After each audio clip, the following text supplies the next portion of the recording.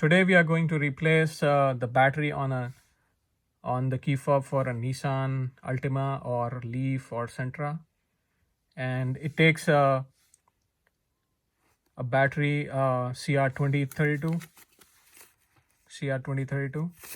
So first you need to remove the key like this.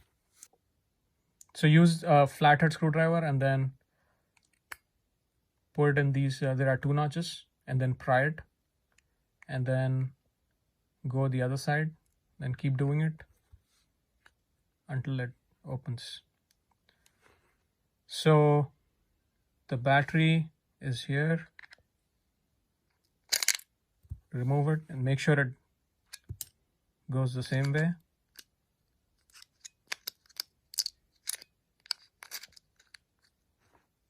And then align it and push everything back in.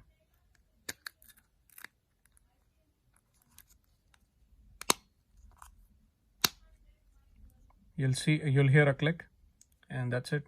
You're good to go.